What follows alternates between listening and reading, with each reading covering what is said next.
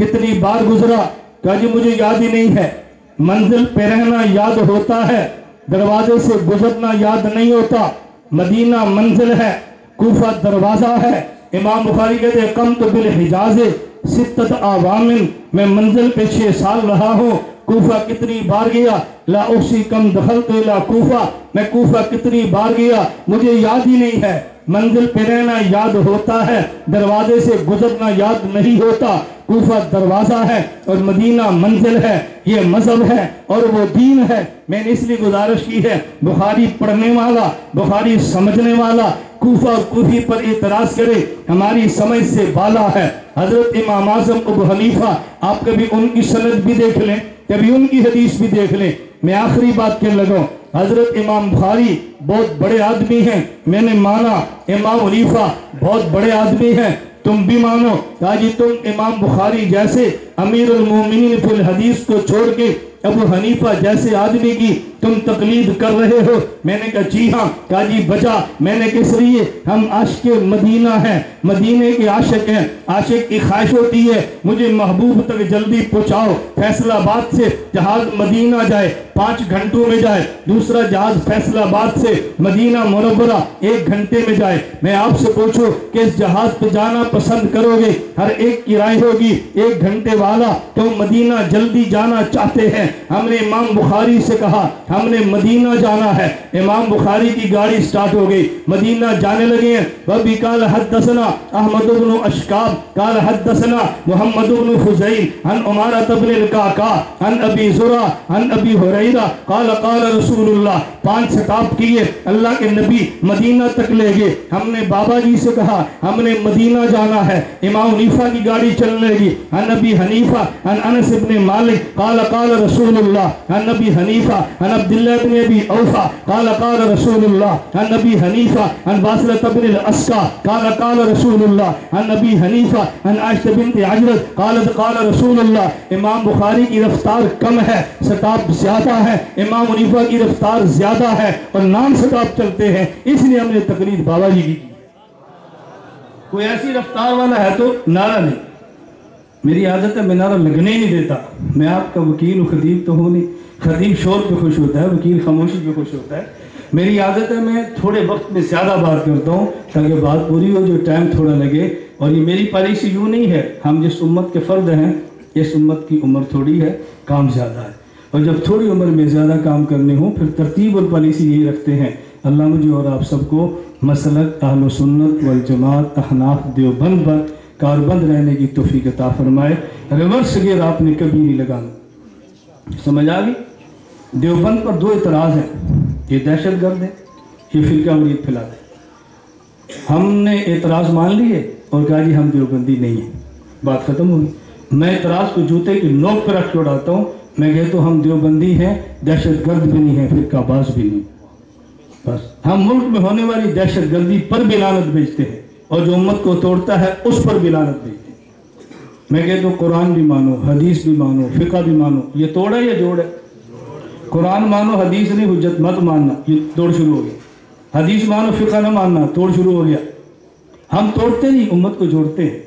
لوگوں نے جوڑ کا نام توڑ رکھا ہے، توڑ کا نام جوڑ رکھا ہے۔ اعتدال کے نام پہ فرقہ واری ہے، اصلاح کے نام پہ فساد اور اعتدال کے نام پہ ٹھکائی کی جا رہی ہے۔ مجھے ایک ساتھی کہتے ہیں مولانا صاحب آپ خیال کریں یہ طرز ٹھیک نہیں ہے۔ میں نے کہا آپ بھی تو میرا رد کر رہے ہیں نا، یہ کون سے اعتدال ہے؟ کسی کا رد میں کرتا ہوں تو میرا رد کرتے ہو، کھڑے تھے وہیں کے وہی ہیں نا، نہیں سمجھے؟ ایک جامعہ میں تھا، وہاں بیٹھے تھے تو جامعہ کے محترم صاحب چونکہ مجھ سے بہت بڑے آدمی ہیں تو مجھے جامعہ کے سادہ فرمانے لگے یہ طرز آپ کا ٹھیک نہیں ہے۔ میں نے کہا بہت اچھی بات ہے۔ میں کہتا ہوں فلاں سے بچو، فلاں سے بچو، فلاں سے بچو، فلاں سے، جن کے نام میں لیتا ہوں نا وہ سارے باطل۔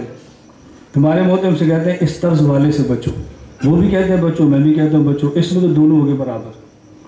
اب اگلا مسئلہ، میں کہتا ہوں غلط عقیدے والے سے بچو، آپ کہتے ہیں غلط طرز والے سے بچو۔ میرا طرز ٹھیک ہے غلط ہے، یہ منصوص اجتہادات ہے نا، ذوق ہے۔ میں غلط بھی کہہ لوں تو قیامت کے دن جو جنت اور جہنم کا فیصلہ ہوگا وہ عقیدے پر ہوگا یا طرز پر ہوگا؟ تو پھر میں نے کہا آپ کے محترم صاحب غلط بات کرتے ہیں یا میں غلط کرتا ہوں؟ یہ تو دونوں کہتے ہیں بچو۔ بس میں مجھے کبھی ساتھی نے سمجھاتے ہیں مولانا صاحب ایسا کیوں کرتے ہو، ایسا کیوں کرتے ہو؟ میں نے کہا جو آپ تقریر، یہ رد نہیں ہو رہا، آپ کو جی مولانا صاحب بھی ٹھیک ہے، یہ بھی ٹھیک ہے، تبلیغ بھی ٹھیک ہے، یہ بھی ٹھیک ہے، جہاد بھی ٹھیک ہے، یہ بھی ٹھیک، یہ تو اعتدال۔ 100 کو آپ غلط کہہ لیتے ہیں، 1 کو ٹھیک کہہ لیتے ہیں، میں 10 کو غلط کہتا ہوں، باقی کو ٹھیک کہہ لیتا ہوں۔ اعتدال کے نام پہ امت کو توڑو مت۔ ہم امت کو جوڑنے کی بات کرتے ہیں، اللہ مجھے اور آپ سب کو قبول فرمائے۔ میں تو چونکہ دائی ہوں، تو دائی کا بیان دعوت کے بغیر پورا نہیں ہوتا، اس لیے میں طلبہ سے کہتا ہوں وفاق کے امتحان جمعرات ختم ہوگا، ہفتے کو صبح 7:30 بجے 21 اپریل سے لے کر 3 مئی تک ہمارے یہاں 12 دن کی چھوٹی سی دوری ہوگی۔ تو آپ سے میری گزارش ہے کہ آپ چھوٹی سی دوری میں شرکت کریں۔ دورہ تو بہت بڑا ہوتا ہے نا، دوری 12 دن کی ہوتی ہے، اور پھر 1 سال کا تخصص ہم طلبہ کو کراتے ہیں۔ دورہ حدیث سے فارغ التحصیل طلبہ 10 سے 15 شوال داخلہ ہوتا ہے، 16 کو سبق ہوتا ہے، خاص 16 کو جمعرات ہو، خاص 16 کو جمعہ ہو، خاص 16 کو اتوار ہو، 16 کو ہمارا پہلا سبق جو ہوتا ہے۔ تو دورہ کے طلبہ 1 سال کا ارادہ ہمارے پاس کریں، اللہ ہم سب کو قبول فرما لے۔ وآخر دعوانا الحمدللہ رب العالمین۔